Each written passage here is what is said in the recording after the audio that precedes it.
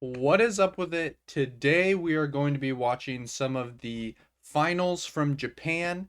This is going to be, I believe, a top 12 feature match. Top 12 sounds a little weird, but the thing is, only 12 people will make it to Japan.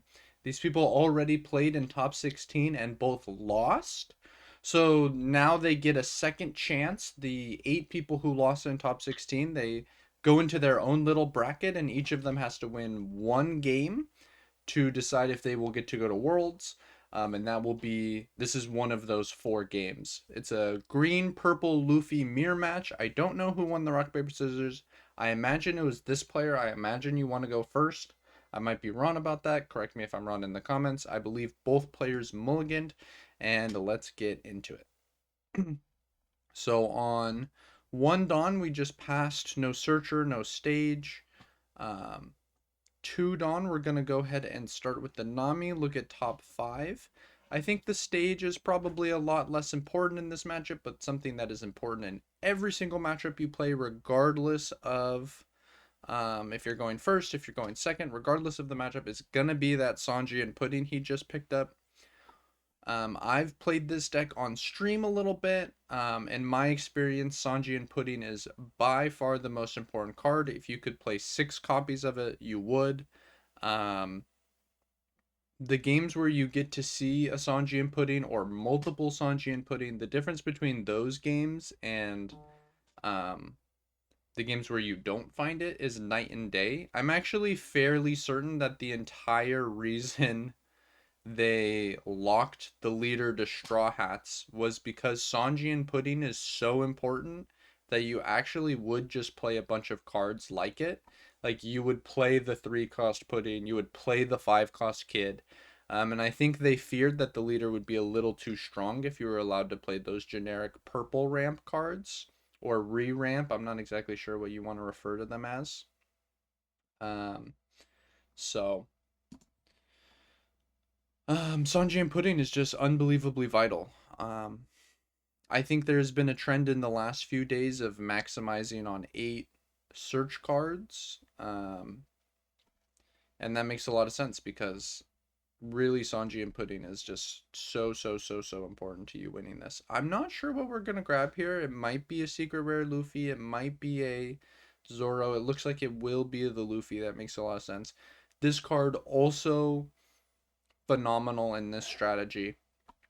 Kind of interesting that they locked it to um, multicolored Luffy's. I kind of wonder why they felt like purple Luffy shouldn't have access to that card. Let me know in the comments below if you think that would have been too large of a buff to purple Luffy. Okay, so we're going to go ahead and play that Sanji and Pudding on 5. Makes a lot of sense. We'll go ahead and get 3 Dawn back after we use Leader Effect. I assume we're going to use Leader Effect. Um, Maybe we won't. Maybe we won't.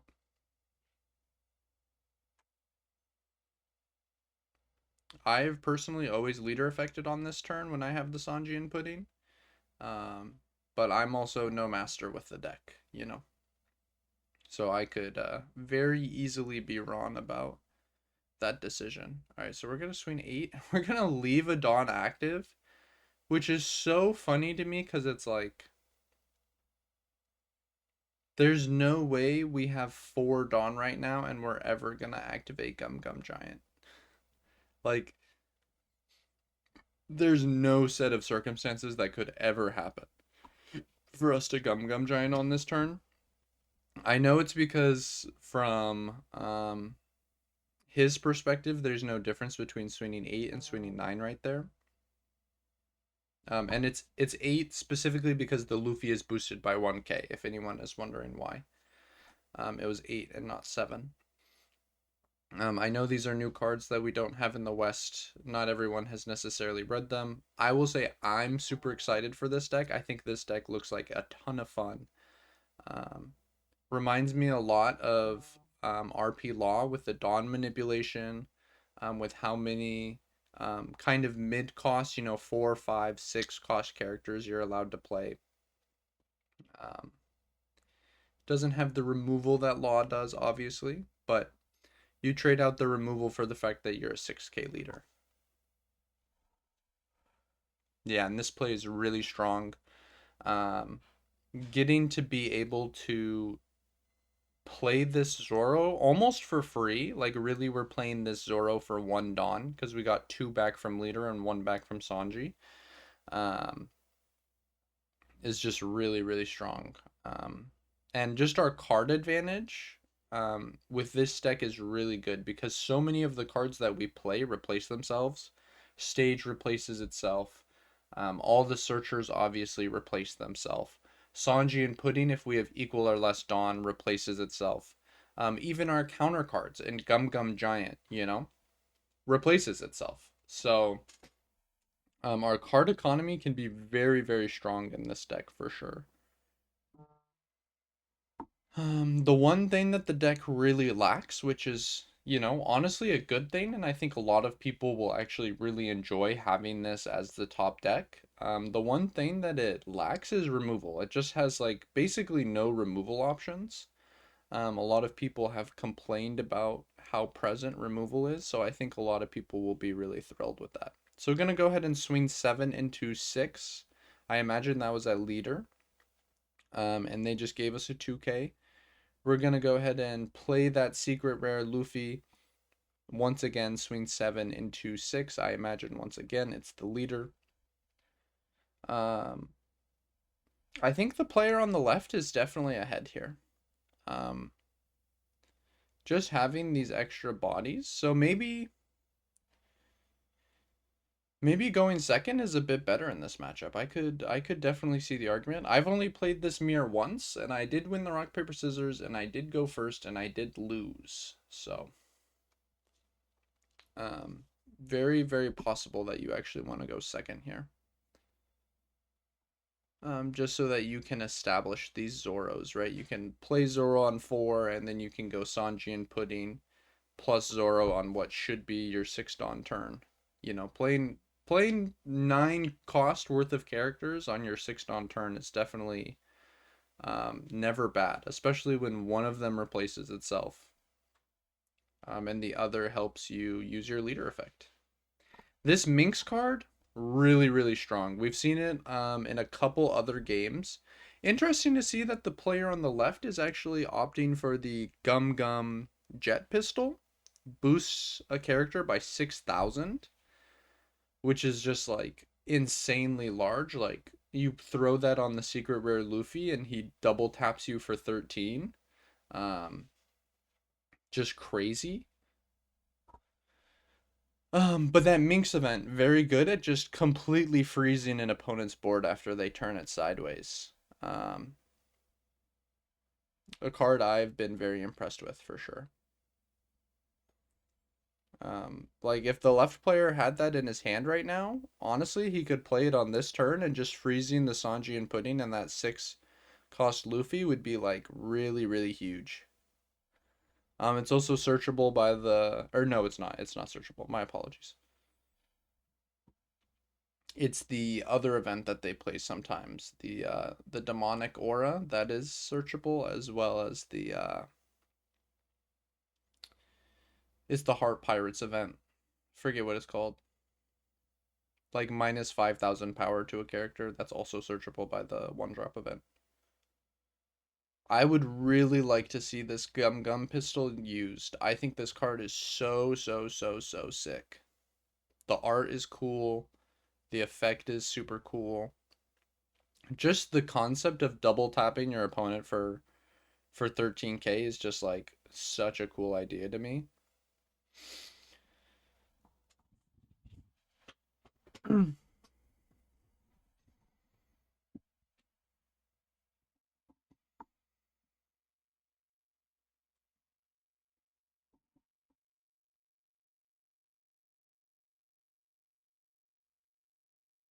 Okay, so we're thinking a lot here about exactly what we want the line to be. I can't quite tell how much Dawn we have. I think we have 7. I think we need a bit more than that to do the full combo with the Luffy and the Gum Gum Jet Pistol, at least if we want it to attack twice. Oh, Sanji and Pudding. Okay. With this Sanji and Pudding, we'll for sure be able to do it next turn. Assuming we live, assuming, everything else. Oh, dude on the left has the shakies right now. He knows he's so close to going to Worlds and he is nervous. He is nervous. Also, Japan getting 12 representatives is a crime to me personally. Um, that's all I'll say on the matter.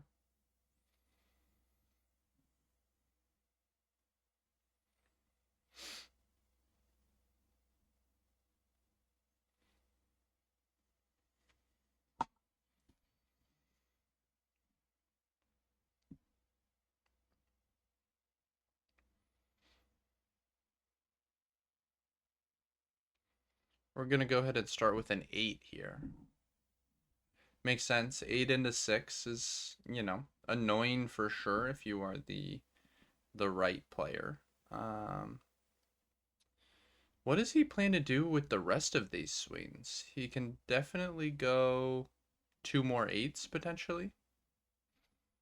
We have no active Dawn, so no possible Gum Gum Jet or Gum Gum Giant coming. I have to imagine that the left player just wins.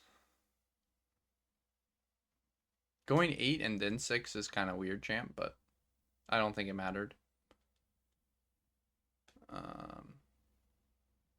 Oh, going 7 here. Okay.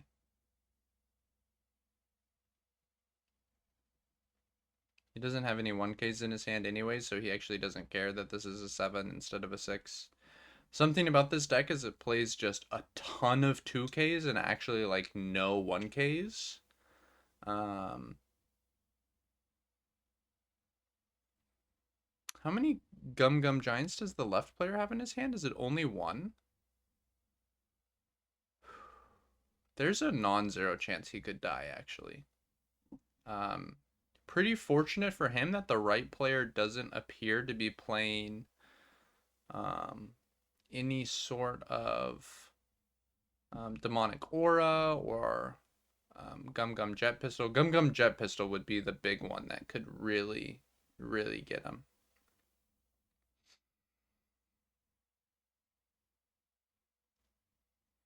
Gonna go ahead and go 7 again. Okay. So the right player is thinking that he doesn't necessarily have to go for game here. He does still have 2 Gum Gum Giants. He has the Minx to freeze the board. That is huge. Freezing the board here is actually like so good. This is not over yet. It's still, I think, a winning position for the player on the left. He has a bit more Dawn. He has more on the board. He has that killer combo. He has an extra life. But that Minx spell is really going to play a big part here, I think. Okay, we're just carefully thinking. We're going to go ahead and boost our Luffy. I think that's going to go ahead and play around some triggers. I don't know what specific triggers, but it definitely plays around. Oh, we're going to go ahead and take. Oh, another Gum Gum. Okay, he knew that was there. Yeah, so now both players having 2 Gum Gums, that makes it obviously so difficult to kill through. Okay, is he going to restand his Luffy? He's not. So he's telling his opponent right here, look, I'm not going for game.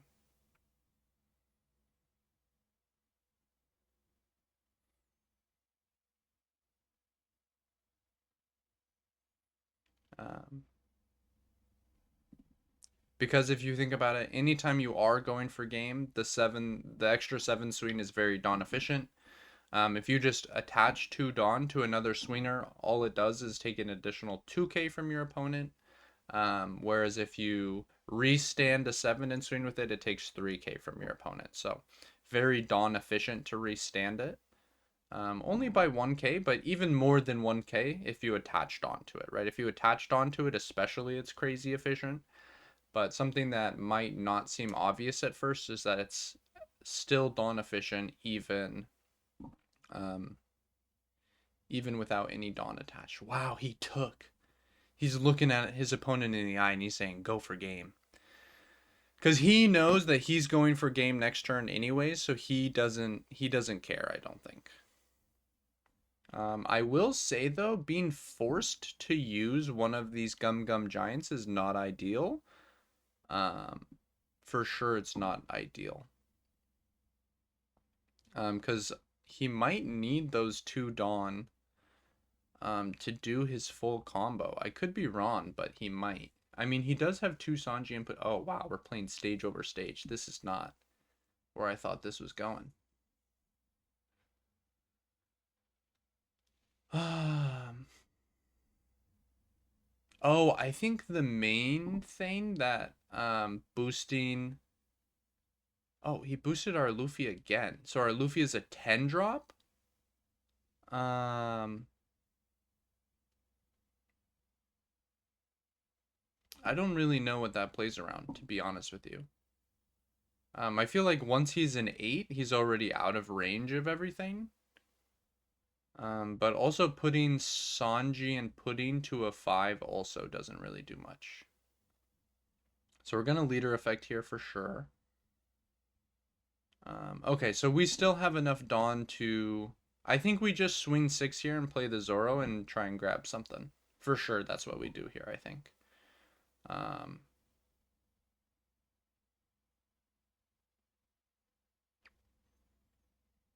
we probably try to grab some sort of counter. I mean, I feel like it's crazy behavior to try to go for game this turn. I think we have to do it next turn.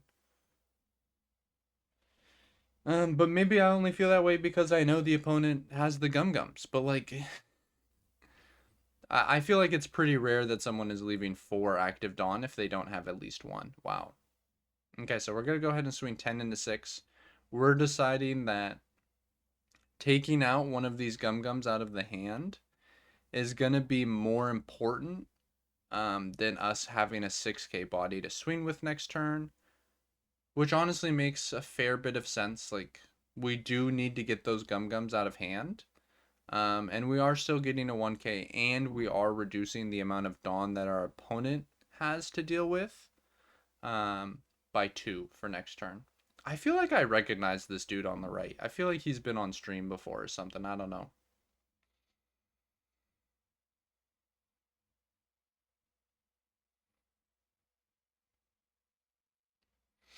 Okay, so how much Dawn do we have? We have 3. Do we have 7? Yeah, we have 7. Is that enough to do the full combo? So 6 for the Luffy, and then we get 4 back, so we have 5. It's exactly enough because we have double Sanji and Pudding. It's exactly enough to do the full combo. I'm sending it. I'm swinging 7, 6, 13 twice. Run it. Run it. Let's see if you can survive 7, 6, 13 twice. You ain't got no blockers. You got 1 life. Run it. Um, would he be able to survive it? We swing 7, and it's hella awkward for him actually because of his hand. This Zorojuro being a blank instead of a 1k is really bad for him. If it's a 1k, he survives actually super easily. Wow. Actually, not even super easily because he goes 2-1 and then he goes 2 and then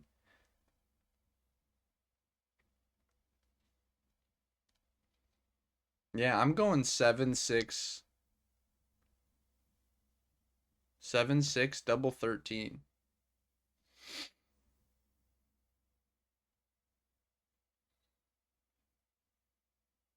Bro is probably going to think about this for a long time and then just do exactly what I'm saying because that's the only possible thing we can do.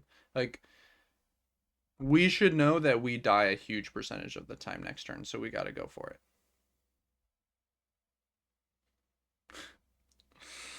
Bro is trolling. Bro is trolling. There's no way you get in this position with full combo and you don't go for it. Like, you just, bro, put it all on the line. Let's run it. Like, what? I feel like it's. Oh.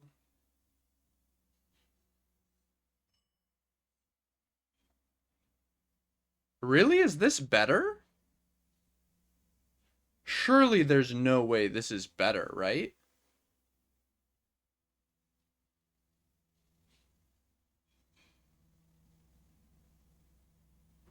So this is what? A 6, 8. This is a 10K swing?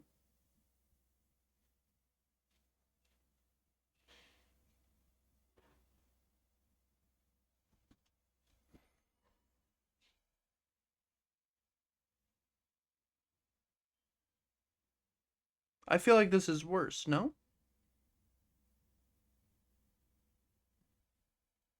I feel like this is a misplay.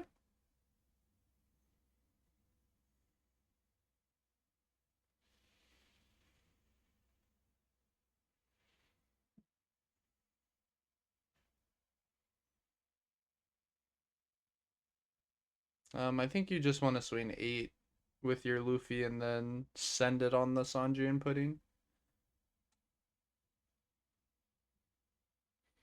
And we always 2-1 out of this. I think he loses. I think he won with my line. So we give him 2-1, obviously. And then he's going to gum gum.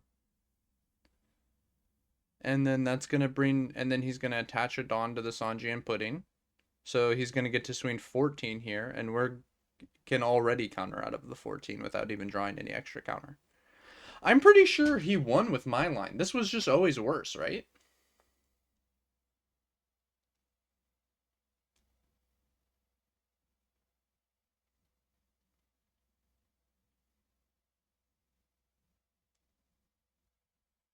I'm at the end of this game, I'm gonna really, really dive into it to think about.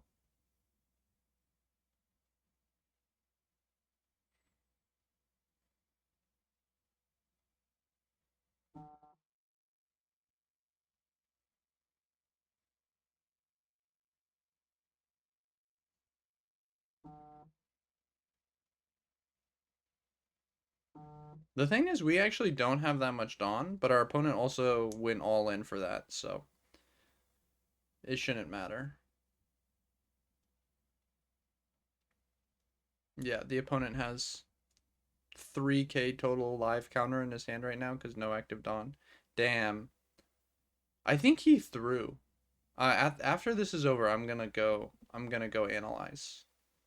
But I think he threw. Bro, your numbers don't matter here. Just they actually don't matter in any way. Like the only thing that does matter, yeah, yeah.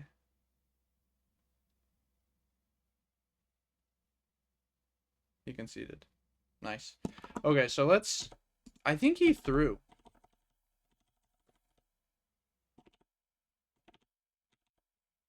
I can't believe he didn't go for it. Okay, so he's 7 Dawn. Let me double check that it's possible he can. So he'll have one active, right? After he plays the secret rare Luffy.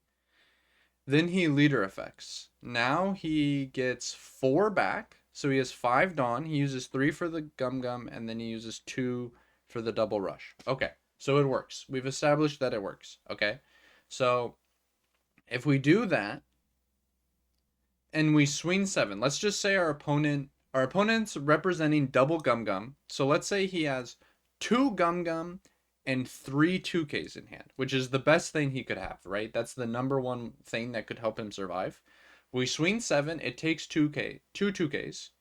We swing 6, it takes the last 2K. Now he has 2 Gum Gums in hand, and we swing 13 twice. The first 13 gets through.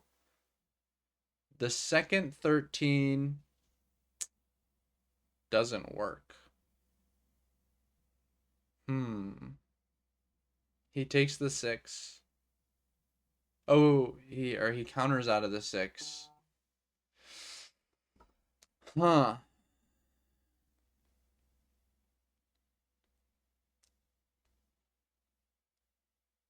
With our opponent's actual hand, it did get through because he has a brick.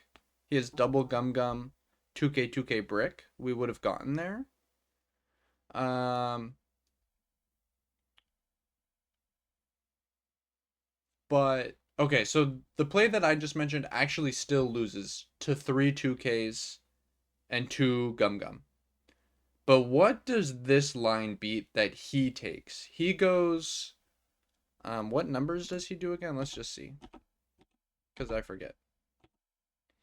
He goes so 6, 8, 10. He goes 10.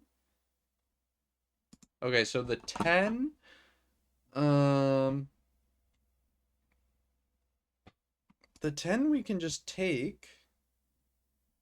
So, okay, let's just think about the total number of counter that it takes, okay?